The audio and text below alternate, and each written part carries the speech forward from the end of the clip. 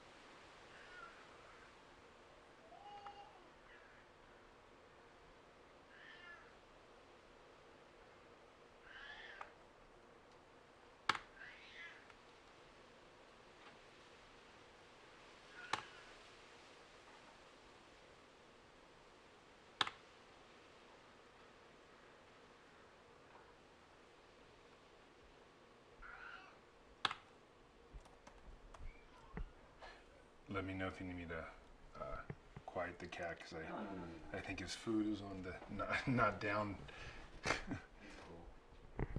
He usually works up here with me. He usually sleep. I like that. Yeah, he's a sweet little cat, and so he's meowing because he doesn't know where the chair is. But that's okay. That's okay. He'll stop in a little bit because he'll interrupt the shot, I think, a bit.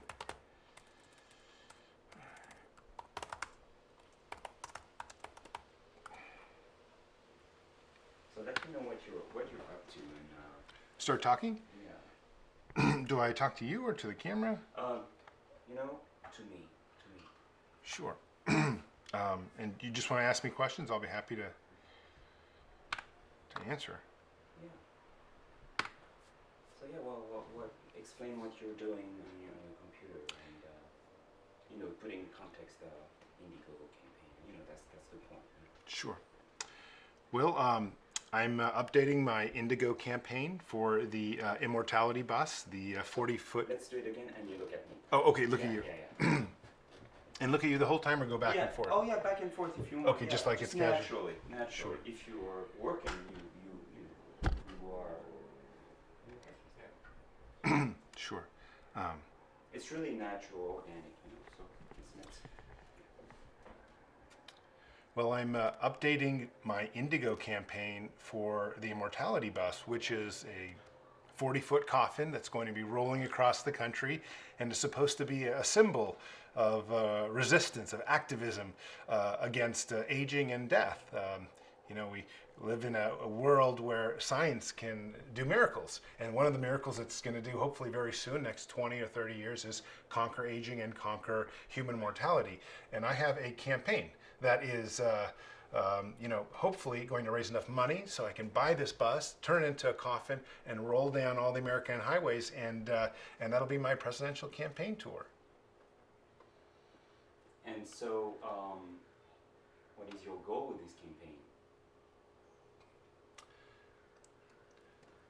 The large goal is to spread transhumanism, is to spread a pro-science message. We live in a country that's largely religious, and unfortunately, there's a lot of people that may not necessarily support science or support using technology to change their lives. They have problems and issues with that. Let me real quickly get that cat, because unfortunately he's gonna do this until I do something like this. He's been looking for his food. That's what you just asked is a very important question. And just tell me when I'll start that again. Yeah. Go ahead.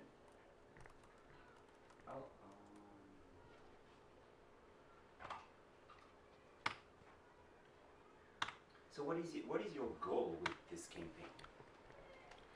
Well, the goal is to spread transhumanism, and that's a big task, because we live in a country that's largely religious, and I think there's a huge amount of people that may not exactly appreciate transhumanism, appreciate the idea that transhumanists want to conquer death. And so the goal of the campaign is to spread a message so that shows that science and technology in itself is something that's both positive, beneficial for people's health, and also in general really good for the country. And I'm going to be using this, crazy 40-foot coffin bus as a method, as a symbol, rolling across America to define, what the transhumanism movement is really about, which is, hey, we're trying to overcome biological death so that people can live longer. People don't ever have to have loved ones that die. And, we support the science and technology that can do that. And so, but do you think it's not reducing the message of transhumanism just by only talking about death and aging? Transhumanism, isn't it larger than just that? So aren't you worried that people are only going to focus, transhumanism is only about, fighting age and death, and isn't it something broader that you want to convey? Yeah, absolutely. Some people have complained that concentrating on overcoming biological death is not all that transhumanism is about. And I agree, it's not. But it is, for 90% of transhumanists, the highest and most important kind of message, most important philosophical dilemma that transhumanists face. So I tend to work on the thing that's most important. And for me, not dying is most important.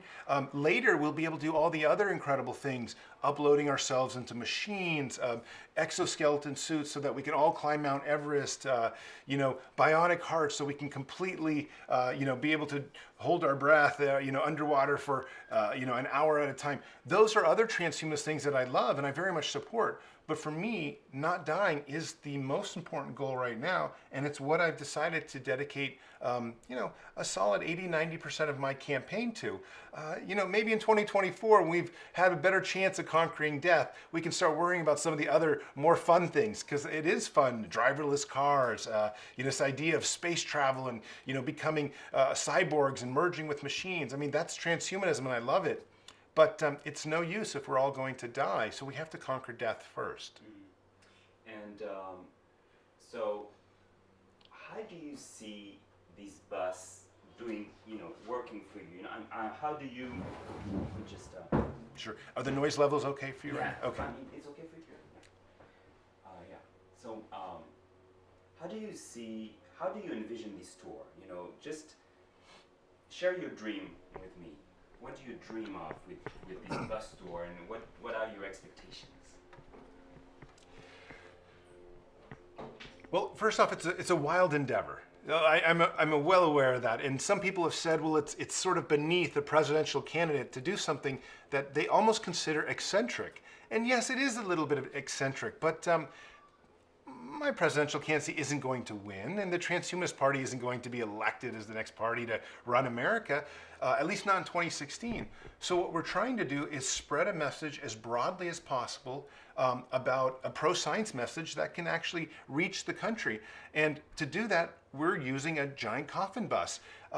And that's where I think its power lies, is that it's going to attract attention, especially media attention.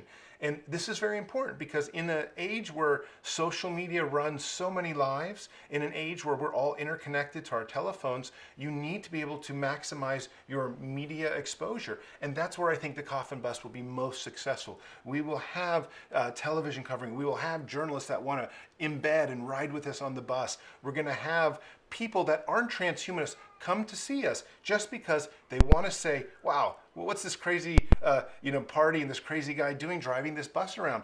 And that's a way to spread the message, to talk to them about it, because many people still haven't even heard of transhumanism.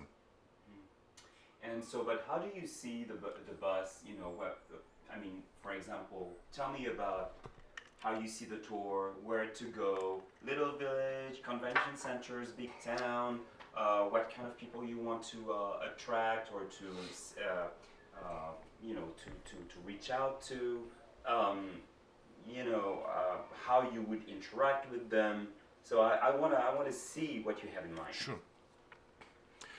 Well, we have a lot of exciting places to stop and a lot of people that have already offered us events. For example, we hope to do a speech and a rally on the Microsoft campus in October at at a technology festival. We hope to have one of the Kennedys, who has actually endorsed my campaign, to host a fundraiser for us in Los Angeles. So it'd be a great event to show up to with the bus.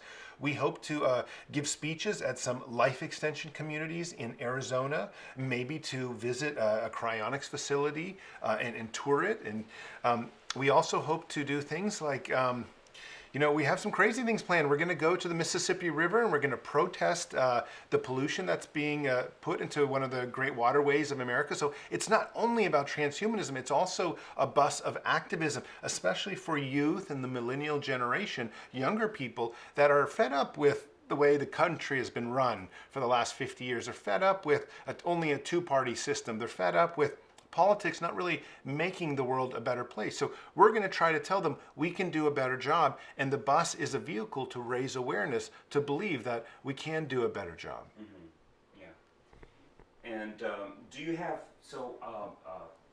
because America is battling with its old demons right now. We have riots, we have police brutality, we have, people, and especially if you go to Mississippi, probably in the South, you'll probably hear stuff like that. How do you position yourself with really current, issues? And so aren't you expecting people to, to tell you, hey, what's your position or what's your stance on this and that? And do you have things beyond, aging and death, or science that you want to convey so people can relate to your party, and is it something you're thought of? Yeah, one of the main things about my own presidential campaign is that I'm an atheist, and I'm also apparently the first atheist presidential candidate to run, or at least the first visible one who has any type of platform. And so, yeah, I'm going to be spreading certainly my message of a kind of a godless country.